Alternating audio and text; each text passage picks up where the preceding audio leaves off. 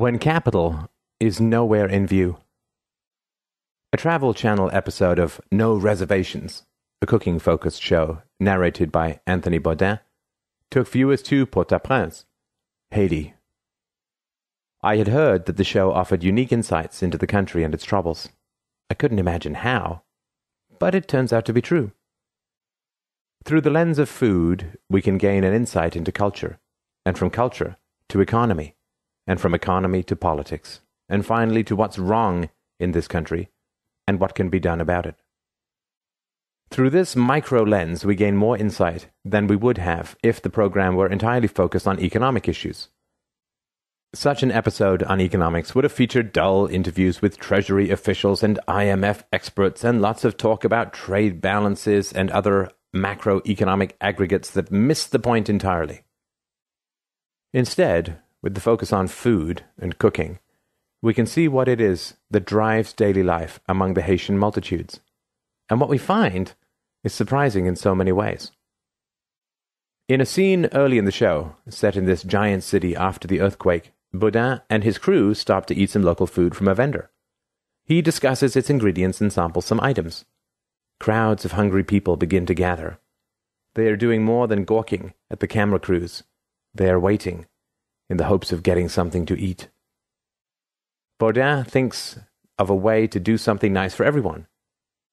Realizing that in this one sitting, he is eating a quantity of food that would last most Haitians 3 days, he buys out the remaining food from the vendor and gives it away to locals. Nice gesture. Except that something goes wrong. Once the word spreads about the free food, word of mouth in Haiti is faster than Facebook chat, people start pouring in. Lines form and get long. Disorder ensues. Some people step forward to keep order. They bring belts and start hitting. The entire scene becomes very unpleasant for everyone, and the viewer gets the sense that it is worse than we are shown. Bourdain correctly draws the lesson that the solutions to the problem of poverty here are more complex than it would appear at first glance. Good intentions go awry. They were thinking with their hearts instead of their heads and ended up causing more pain than was originally there in the first place. From this event forward, he begins to approach the problems of this country with a bit more sophistication. The rest of the show takes us through shanty towns, markets, art shows, festivals, and parades, and interviews all kinds of people who know the lay of the land. This is not a show designed to tug at your heartstrings in the conventional sort of way. Yes, there is obvious human suffering, but the overall impression I got was not that. Instead, I came away with a sense that Haiti is a very normal place, not unlike all places we know from experience, but with one major difference. It is very poor. By the time the show was made, the glamour of the post-earthquake onslaught of American visitors seeking to help had vanished. One who remains is actor Sean Penn. Although he's known as a Hollywood lefty, he's actually living there, chugging up and down hills of a shantytown, unshaven and disheveled, being what he calls a functionary, and getting stuff for people who need it.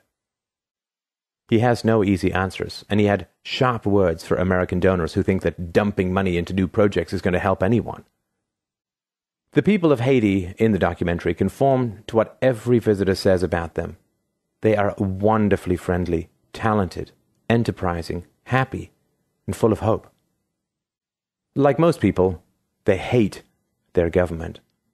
Actually, they hate their government more than most Americans hate theirs. Truly, this is a precondition of liberty. There is a real sense of us versus them alive in Haiti, so much so that when the presidential palace collapsed in the recent earthquake, crowds gathered outside to cheer and cheer. It was the one saving grace of an otherwise terrible storm. With all these enterprising, hard-working, and creative people, millions of them, what could possibly be wrong with the place? Well, for one thing, the earthquake destroyed most homes. If this had been the United States, this earthquake would not have caused the same level of damage. This led many outsiders to think that somehow the absence of building codes was the core of the problem, and hence the solution is more imposition of government control. But the reality shows that this building code notion is some sort of joke. The very idea that a government could somehow go around beating up people who provide shelter for themselves while failing to obey the central plan is simply laughable. Coercion of this sort would bring about no positive results and lead only to vast corruption, violence, and homelessness. The core of the problem, says Robert Murphy, has nothing to do with a lack of regulations. The problem is the absence of wealth. It is obviously true that people prefer safer places to live, but the question is, what is the cost? And is this economically viable? The answer is that it is not viable. Not in Haiti, not with this population that is barely getting by at all. Where is the wealth? There is plenty of trade, plenty of doing, plenty of exchange, and money being exchanged. Why does the place remain desperately poor? If the market economists are correct that trade and commerce are the key to wealth, and there is plenty of both here, why is wealth not happening? One can easily see how people can get confused, because the answer is not obvious until you have some economic understanding. A random visitor might easily conclude that Haiti is poor because somehow the wealth is being hogged by its northern neighbor, the United States. If we weren't devouring so much of the world's stock of wealth, it could be distributed more evenly and encompass Haiti too. Or another theory might be that the handful of international companies or even aid workers are somehow stealing all the money and denying it to the people. These are not stupid theories, they're just theories, neither confirmed nor refuted by facts alone. They are only shown to be wrong once you realize a central insight of economics. It is this: trade and commerce are necessary conditions for the accumulation of wealth, but they are not sufficient conditions. Also necessary is that precious institution of capital. What is capital? Capital is a thing, or service, that is produced not for consumption, but for further production. The existence of capital industries implies several stages of production, or up to thousands upon thousands of steps in a long structure of production. Capital is the institution that gives rise to business trading, an extended workforce, firms, factories, ever more specialization, and generally the production of all kinds of things that by themselves cannot be useful in final consumption, but rather are useful for the production of other things. Capital is not so much defined as a particular good. Most things have many varieties of uses, but rather a purpose of a good. Its purpose is extended over a long period of time, with the goal of providing for final consumption. Capital is employed in a long structure of production that can last a month, a year, 10 years, or 50 years. The investment at the earliest, highest stages has to take place long before the payoff circles around, following final consumption. As Hayek emphasized in The Pure Theory of Capital, another defining mark of capital is that it is a non-permanent resource that must nonetheless be maintained over time in order to provide a continuing stream of income. That means that the owner must be able to count on being able to hire workers, replace parts, provide for security, and generally maintain operations throughout an extended period of production. In a developed economy, the vast majority of productive activities consist in participation in these capital goods sectors and not in final consumption goods sectors. In fact, as Rothbard writes in Man, Economy, and State, at any given time this whole structure is owned by the capitalists. When one capitalist owns the whole structure, these capital goods, it must be stressed, do him no good whatever. And why is that? Because the test of the value of all capital goods is conducted at the level of final consumption. The final consumer is the master of the richest capitalist. Many people, I've been among them, rail against the term capitalism because it implies that freedom is all about privileging the owners of capital. But there is a sense in which capitalism is the perfect term for a developed economy. The development, accumulation, and sophistication of the capital goods sector is the characteristic feature that makes it different from an undeveloped economy. The thriving of the capital goods sector was the great contribution of the Industrial Revolution to the world.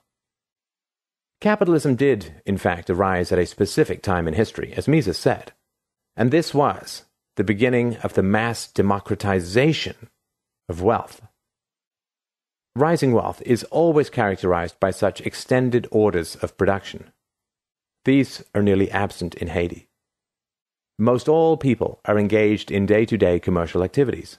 They live for the day, they trade for the day, they plan for the day.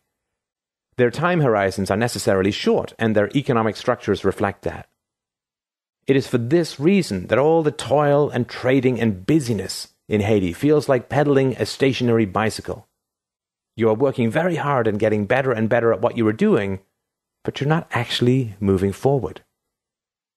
Now, this is interesting to me, because anyone can easily miss this point just by looking around Haiti, where you see people working and producing like crazy, and yet the people never seem to get their footing. Without an understanding of economics, it is nearly impossible to see the unseen, the capital that is absent that would otherwise permit economic growth.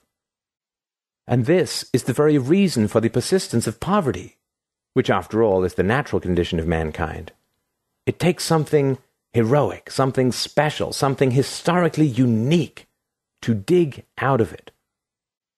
Now, to the question of why the absence of capital. The answer has to do with the regime. It is a well-known fact that any accumulation of wealth in Haiti makes you a target, if not of the population in general, which has grown suspicious of wealth, and probably for good reason, then certainly of the government. The regime, no matter who is in charge, is like a voracious dog on the loose, seeking to devour any private wealth that happens to emerge. This creates something even worse than the Higgsian problem of regime uncertainty. The regime is certain. It is certain to steal anything it can, whenever it can, always and forever. So why don't people vote out the bad guys and vote in the good guys? Well, those of us in the United States who have a bit of experience with democracy know the answer. There are no good guys. The system itself is owned by the state and rooted in evil. Change is always illusory, a fiction designed for public consumption.